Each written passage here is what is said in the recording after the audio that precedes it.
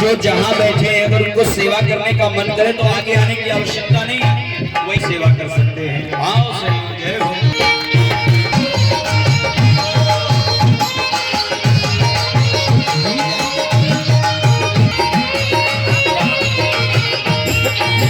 रामलला सरकार की जय हो, अयोध्या धाम की जय हो।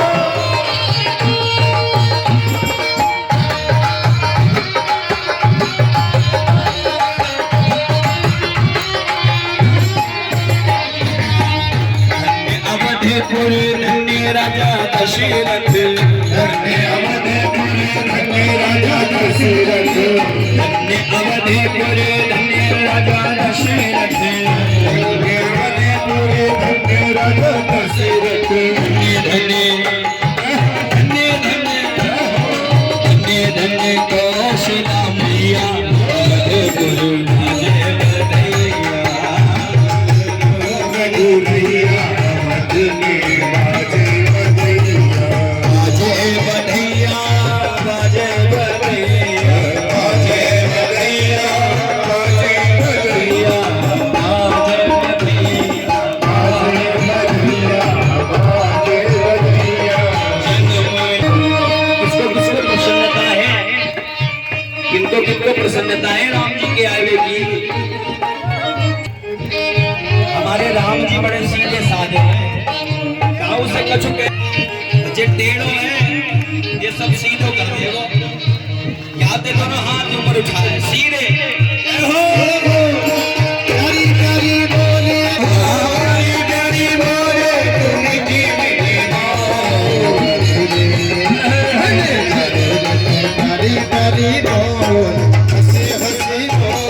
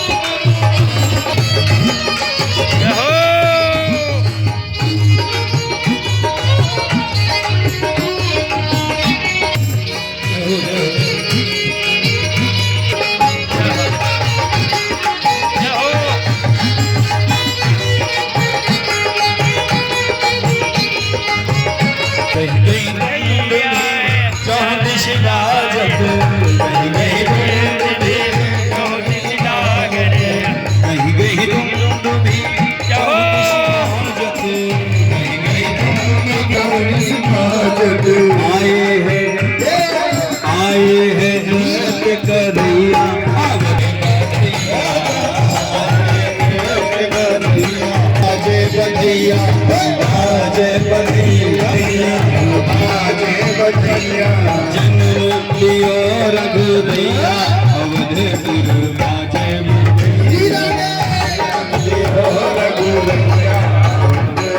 बाजे बधैया, अवध में बाजे बधैया बाजे बधैया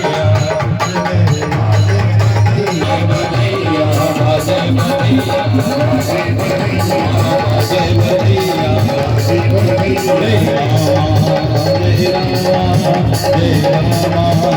बधैया।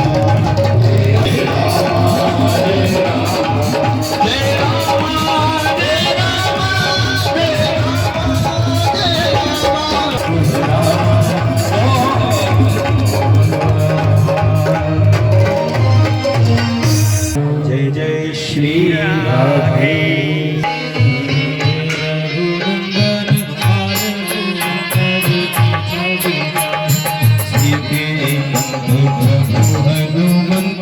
कृपा करी के सुधि लीजे हमारी,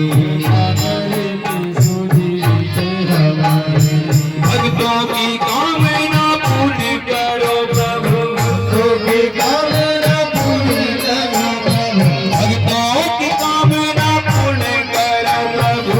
आज हमारी भी आई है बारी, संकट भारी से भारी जो सदा कट जाते हैं संकट भारी से भारी। जय श्री राधे श्याम। वामन भगवान को अंदर भेज दिया। 3 पत्नियां थी, ममता, शुभ्रा और तारा। तारा नाम की पत्नी का हरण चंद्रमा के द्वारा हुआ, जिससे एक पुत्र उत्पन्न हुआ, इसका नाम है बुध। चंद्रमा और तारा के पुत्र का नाम है बुध।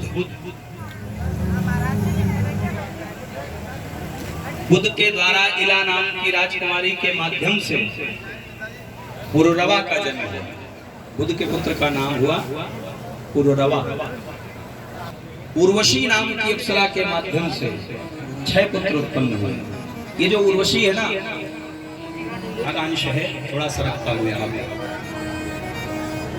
इसने शर्त रखी कि मेरे पास एक भेड़ का बच्चा है, इसकी आपको सदैव रक्षा करनी है, और जीवन पर्यंत मैं सिर्फ घृत का पान करूंगी, घी पीऊंगी और कुछ नहीं लूंगी। रमण के अतिरिक्त यदि मैंने आपको निर्वस्त्र देख लिया तो उसी समय तक्षण आपको छोड़ के स्वर्ग चली जाऊंगी। 3 शर्तें थी पुरुरवा के, जिनसे पुरुरवा के माध्यम से उर्वशी के द्वारा 6 पुत्र उत्पन्न हुए। महाराज,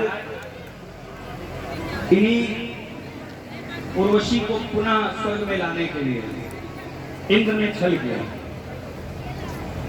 भेड़ के बच्चे का हरण कराया। यही उर्वशी की दृष्टि पड़ी, उसी समय उर्वशी ने पुरुरवा का त्याग। पुरुरवा के माध्यम से 6 पुत्र उत्पन्न हुए। इनका नाम है आयु, श्रतायु, सत्यायु, रय, विजय और जय। 6 पुत्र हुए पुरुरवा के। तो जो विजय नाम का पुत्र है, इसके वंश की कथा। विजय के वंश में आगे चल करके भीम, ये महाभारत वाले भीम नहीं है, दूसरे भीम के कांचन, कांचन के होत्र, और होत्र के पुत्र का नाम हुआ जन्हू। ये जन्हू जो ऋषि है ना, इनको एक बार प्यास लगी तो गंगा जी को पूरा पान कर लिया। देवताओं ने निवेदन किया तो कान से गंगा जी को निकाला, इसीलिए नाम पड़ गया गंगा जी का जाह्नवी। पर्यायवाची पढ़ते हैं बच्चे, जाह्नवी गंगा। कैसे नाम पड़ा? जनु ऋषि के पान करने के कारण और पुनः कान से निकालने के कारण नाम पड़ गया जाह्नवी। महाराज जी ने जन्हू के वंश में आगे चल करके पुरु हुए। पुरु के बलाक, बलाक के अजक, अजक के कुश, कुश के कुशाब, और कुशाब के गाधी का जन्म हुआ। गाधी की एक कन्या, इसका नाम है सत्यवती। सत्यवती का विवाह ऋचिक मुनि के साथ में हुआ। ऋचिक मुनि ने संतानोत्पत्ति करने के लिए खीर बनाई, कसमई बना करके तैयार करी, चरु पकाए। जिस चरु को गाधी की पत्नी के द्वारा ग्रहण किया गया, जिससे पुत्र उत्पन्न हुआ, जिसमें 2 गुण हैं, क्षत्रिय और ब्राह्मण दोनों गुण हैं, का नाम है जमदग्नि। जमदग्नि का विवाह रेणु ऋषि की कन्या रेणुका जी के साथ में हुआ, जिनसे भगवान के 14 महाराज आगे जो पुरुरवा के पुत्र हैं, इनमें आयु नाम का पुत्र हुआ। आयु, आयु के वंश में आगे चल करके पुत्र हुए नहुस। इंद्र पर जब ब्रह्म हत्या लगी तो नहुस ने 1000 वर्ष तक इंद्रासन पर राज्य किया था। ये आयु के पुत्र हैं। के भी 6 पुत्र हुए, यति, ययाति, अयाति, वियाति, संयाति और कृति। ये 6 पुत्र हुए हैं राजा नहुस के। इधर दैत्यों के राजा हुए दानवराज वृषपर्वा। अब कथा हम सीधे ले चलते हैं भगवान के जन्म की। पुत्री है, इसका नाम है शर्मिष्ठा, और गुरु शुक्राचार्य की पुत्री है, इसका नाम है देवयानी। हम पूर्व में बता चुके हैं। महाराज प्रिव्रत एक बार ये दोनों स्नान करने के लिए सरोवर में गई। निर्वस्त्र होकर के स्नान कर रही थी, तो उसी समय बाबा भोलेनाथ की सवारी निकल पड़ी। लज्जा में, जल्दी में बाहर निकल के दोनों ने एक दूसरे के वस्त्र धारण कर लिए।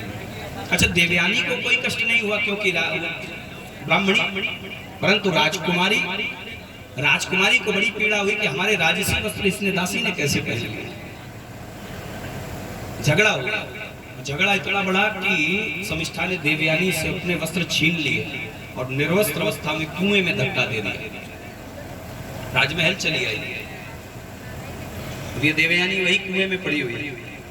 इधर राजा नहुस के पुत्र हैं, दूसरे नंबर के पुत्र जिनका नाम है ययाति। सबसे ज्येष्ठ पुत्र जो थे यति, ये यति हो गए। इन्होंने संन्यास ले लिया, राज्य से परित्याग कर दिया, विरक्त कर लिया। तो ययाति को राजा बनाया गया। अब महाराज ययाति आखेट करते हुए उसी वन में आए जहां पर देवयानी कुएं में निर्वस्त्र होके पड़ी। आवाज कानों में आई, राजा ययाति ने सुना कि कोई बुला रहा है। गए तो देखा क्या, देवयानी कुएं में पड़ी हुई निर्वस्त्र अवस्था में। हाथ आगे बढ़ाया, बाहर निकाला। अब यहाँ पर एक श्राप जो इन दोनों के पाणी ग्रहण का कारण बना, इन दोनों के विवाह का कारण बना। देवयानी को अंतरजातीय विवाह होने का श्राप है ब्राह्मणी, परंतु राजा से विवाह होगा, अर्थात क्षत्रिय से विवाह होगा, अंतरजातीय विवाह होगा। ये श्राप किसका है? बृहस्पति के पुत्र कच्छ।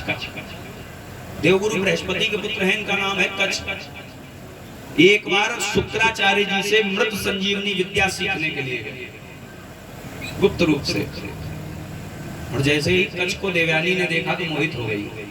कच्छ के सामने विवाह का प्रस्ताव रख दिया, परंतु कच्छ ने यह कह के मना कर दिया कि तुम गुरु की पुत्री हो और गुरु पिता तुल्य होते हैं, इस नाते तुम्हारा और मेरा संबंध बहन और भाई का है, विवाह नहीं कर सकता हूं।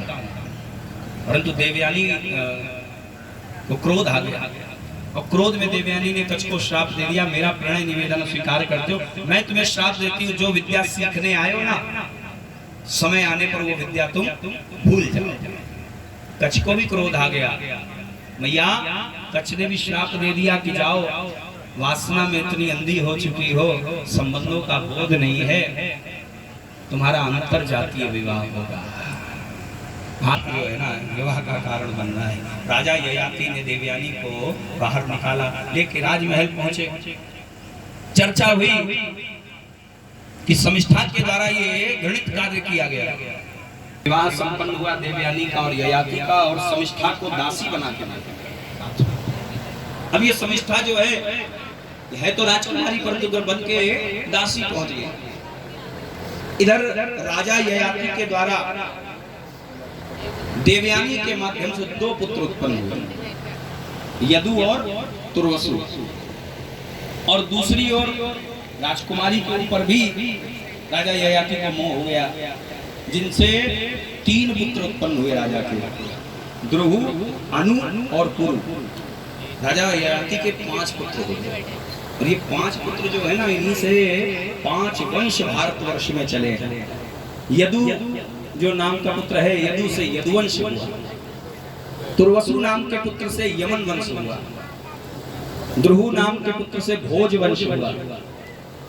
अनु नाम के पुत्र से म्लेच्छ वंश हुआ, और पुरु नाम के पुत्र से पौरव वंश आगे बढ़ा। ये पौरव कौन थे? पौरव जो है ना, इन्हीं पौरवों ने सिकंदर को हरा करके वापस भेजा था। ये पौरव वंश जो था। महाराज शुक्राचार्य को जब ये बात ज्ञात हुई ना, तो शुक्राचार्य ने राजा ययाति को बूढ़ा होने का श्राप दे दिया।